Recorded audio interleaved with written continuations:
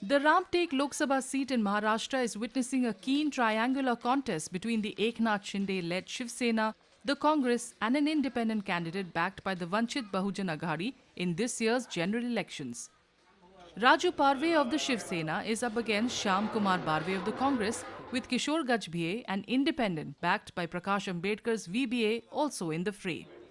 Raju Parve, a former Congress MLA, recently joined the Eknath Shinde-led Shiv Sena. He has replaced sitting MP Krupal Tamane as the NDA candidate from Ramtek. Parve is confident of victory since he believes the people of Ramtek will vote for Modi once again. सबको लगता है कि मोदी साहब के नेतृत्व में सबको विश्वास है और मैं रामटेक की जो जवाबदारी मुझे दी है, मैं एक आम आदमी हूँ, काम करने वाला कार्यकर्ता हूँ, जमीन पे काम करने वाला कार्यकर्ता हूँ, इसलिए लोगों में एक उत्साह है कि एक अपना आदमी कोई तो भी खड़ा है।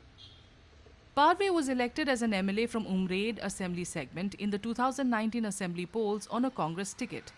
Umred is part of the Ramtek Lok Sabha seat. Shiv Sena workers campaigning for Parve believe his track record as an MLA will help him sail through.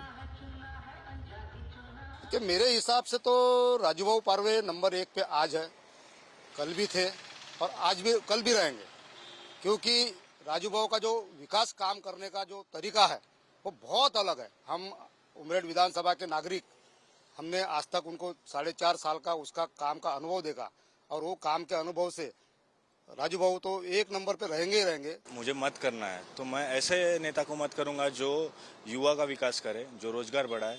उसके हिसाब से राजूभाऊ पारवे, इनको मैं मेरा पहला प्रेफरेंस देखता हूं और किसी को मैं नहीं देख सकता। Challenging Shiv Sena's Raju Parve is Shyam Kumar Barve from the Congress. His wife, Rashmi Barve's caste certificate was cancelled by the Nagpur Caste Scrutiny Committee recently, due to which she could not contest the Lok Sabha polls from Ramtek, despite her candidature being announced by the Congress. Shyam Kumar Barve, who had filed his nomination as a dummy candidate, is now the official Congress nominee to contest the Ramtek election.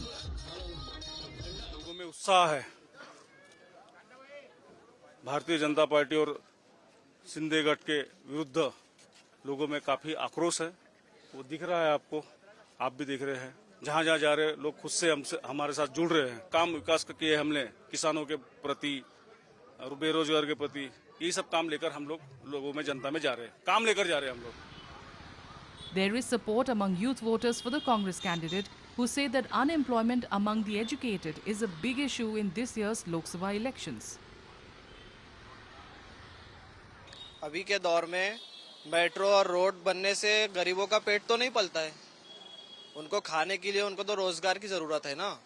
तो ऐसे ही देखते हुए अभी हमारे रामटेक से Indian alliance के candidate है श्याम कुमार बर्वे जी, तो अभी इस बार उनको चांस देंगे हम लोग। पढ़ लिख कर आज मैं एक युवा हूँ, मैं ग्रेजुएट किया है।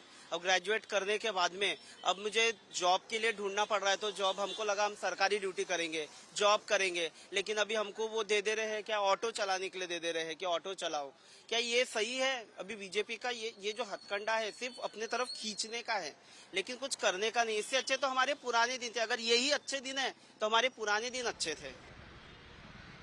Kishore Gajbhie, a former IAS officer who contested the 2019 elections on a Congress ticket and finished runner-up, is fighting the Ramtek election this year as an independent candidate. Gajbhie says his chances of securing a win have improved after Prakash Ambedkar's VBA extended support to him. मुझे वंचित बहुजन आघाड़ी के सर्वे सर्वा advocate Prakash ji Ambedkar साहब ने अपना समर्थन दिया, उसकी वजह से तमाम दलित और बौद्ध समाज में खुशी की लहर छा गई है और मुझे भी बहुत आनंद हुआ, क्योंकि इस चुनाव में अब मेरे जीतने के चांसेस काफी बढ़ गए हैं। Comprising 6 assembly segments in the Nagpur district, Ramtek Lok Sabha seat will vote in the first phase of polling on April 19th.